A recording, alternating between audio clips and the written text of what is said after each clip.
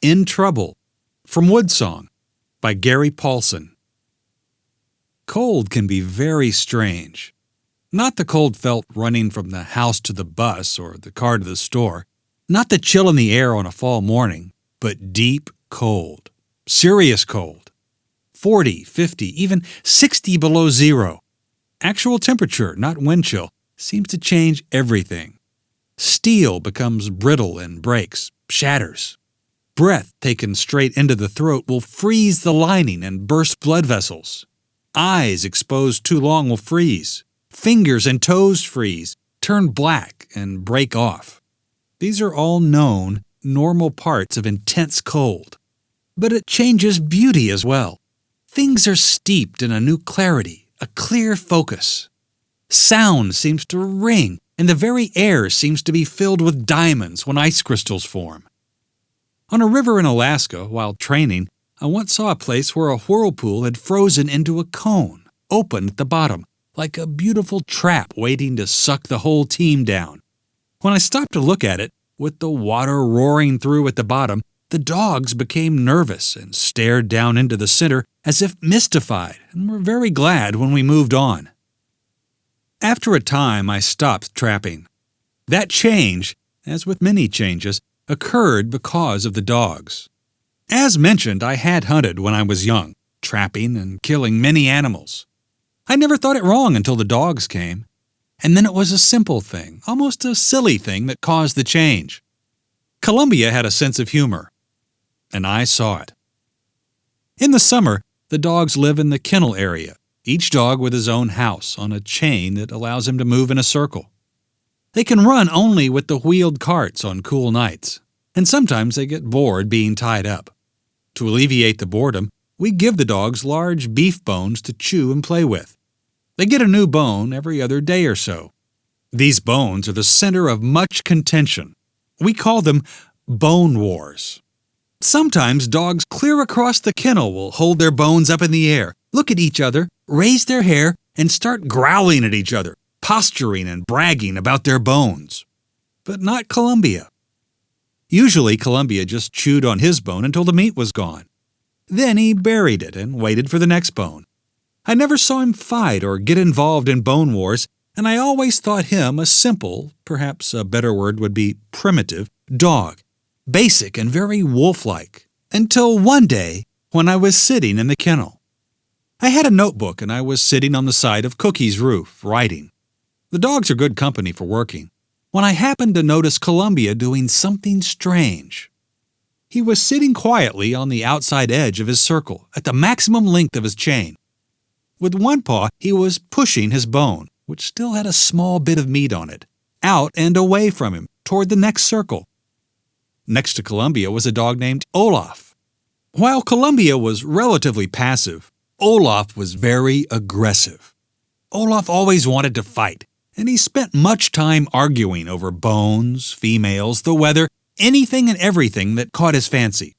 He was much scarred from fighting, with notched ears and lines on his muzzle. But he was a very good dog, strong and honest, and we liked him. Being next to Columbia, Olaf had tried many times to get him to argue or bluster, but Columbia always ignored him. Until this morning. Carefully, slowly, Columbia pushed the bone toward Olaf's circle. And of all the things that Olaf was, tough, strong, honest, he wasn't smart. As they say, some are smarter than others, and some are still not so smart. And then there was Olaf. It wouldn't be fair to call Olaf dumb. Dogs don't measure those things like people. But even in the dog world, he would not be known as a whip. Kind of a big bully who was also a bit of a doofus. When he saw Columbia pushing the bone toward him, he began to reach for it, straining against his chain. Turning and trying to get farther and farther, he reached as far as he could with the middle toe on his right front foot, the claw going out as far as possible. But not quite far enough. Columbia had measured it to the millimeter. He slowly pushed the bone until it was so close that Olaf's claw, with Olaf straining so hard his eyes bulged, just barely touched it. Columbia sat back and watched Olaf straining and pushing and fighting, and when this had gone on for a long time, many minutes, and Olaf was still straining for all he was worth, Columbia leaned back and laughed. Then Columbia walked away, and I could not kill or trap any longer. It happened almost that fast. I had seen dogs with compassion for each other and their young, and with anger and joy and hate and love. But this humor went into me more than the other things. It was so complicated. To make the joke up in his mind, the joke with the bone and the bully, and then set out to do it, carefully and quietly, to do it, then laugh and walk away. All of it was so complicated, so complex, that it triggered a chain reaction in my mind. If Columbia could do that, I thought, if a dog could do that, then a wolf could do that. If a wolf could do that, then a deer could do that. If a deer could do that, then a beaver and a squirrel and a bird and I quit trapping then. It was wrong for me to kill. But I had this problem. I'd gone over some kind of line with the dogs, gone back into some primitive state of exaltation that I wanted to study. I wanted to run them and learn from them.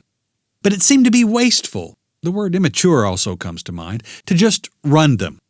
I thought I had to have a trap line to justify running the dogs, so I kept the line. But I did not trap. I ran the country and camped and learned from the dogs and studied where I would have trapped if I were going to trap. I took many imaginary beaver and muskrat, but I did no more sets and killed no more animals. I will not kill any more. Yet the line existed. Somehow in my mind, and until writing this I've never told another person about this, the line still existed. And when I had trapped in one area, I would extend the line to trap in another, as is proper when you actually trap.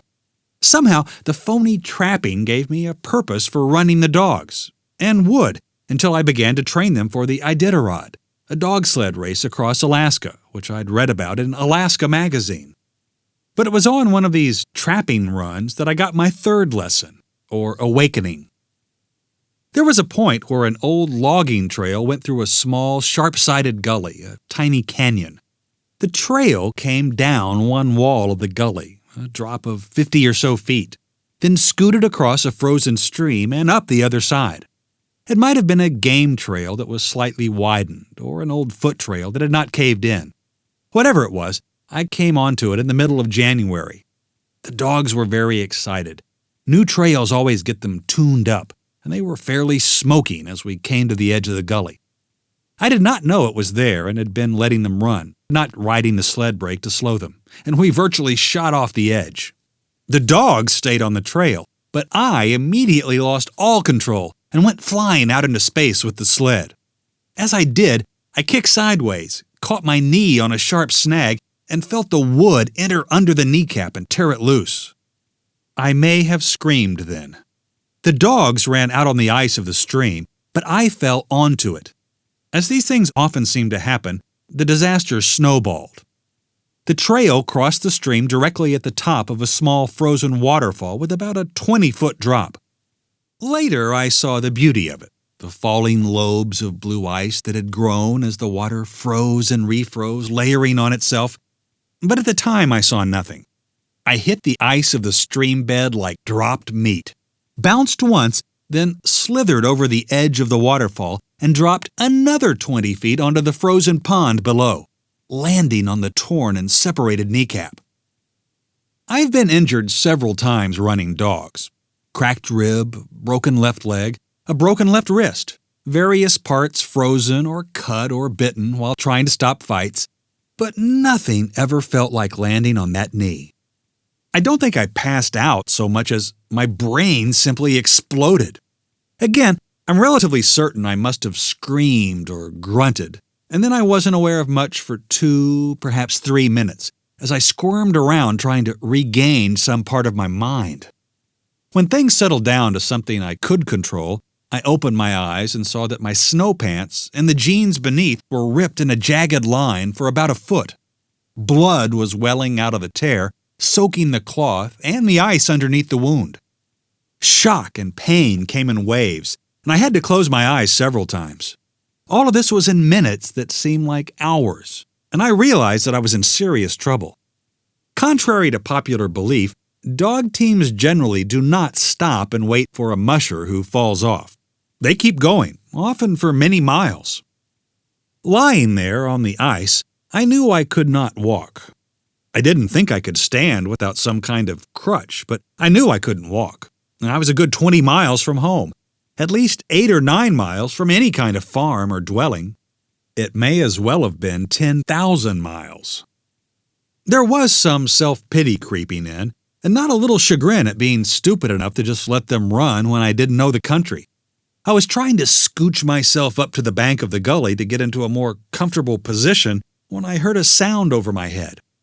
I looked up, and there was Obia looking over the top of the waterfall, down at me. I couldn't at first believe it. He whined a couple of times, moved back and forth as if he might be going to drag the team over the edge, then disappeared from view. I heard some more whining and growling, then a scrabbling sound, and was amazed to see that he had taken the team back up the side of the gully and dragged them past the waterfall to get on the gully wall just over me. They were in a horrible tangle, but he dragged them along the top until he was well below the waterfall, where he scrambled down the bank with the team almost literally falling on him. They dragged the sled up the frozen stream bed to where I was lying. On the scramble down the bank, Obia had taken them through a thick stand of cockleburrs. Great clumps of burrs wadded between their ears and down their backs. He pulled them up to me, concern in his eyes and making a soft whine, and I reached into his ruff and pulled his head down and hugged him. I was never so happy to see anybody, probably in my life. Then I felt something and looked down to see one of the other dogs, named Dewberry, licking the wound in my leg. She was licking not with the excitement that prey blood would cause, but with the gentle licking that she would use when cleaning a pup, a wound lick. I brushed her head away, fearing infection, but she persisted. After a moment, I lay back and let her clean it, still holding on to Obia's ruff, holding on to a friend. And later, I dragged myself around and untangled them and unloaded part of the sled and crawled in and tied my leg down. We made it home that way, with me sitting in the sled. And later, when my leg was sewed up and healing and I was sitting in my cabin with the leg propped up on pillows by the wood stove, later, when all the pain was gone and I had all the time I needed to think of it, later I thought of the dogs, how they came back to help me, perhaps to save me. I knew that somewhere in the dogs, in their humor and the way they thought, they had great old knowledge. They had something we had lost. And the dogs could teach me.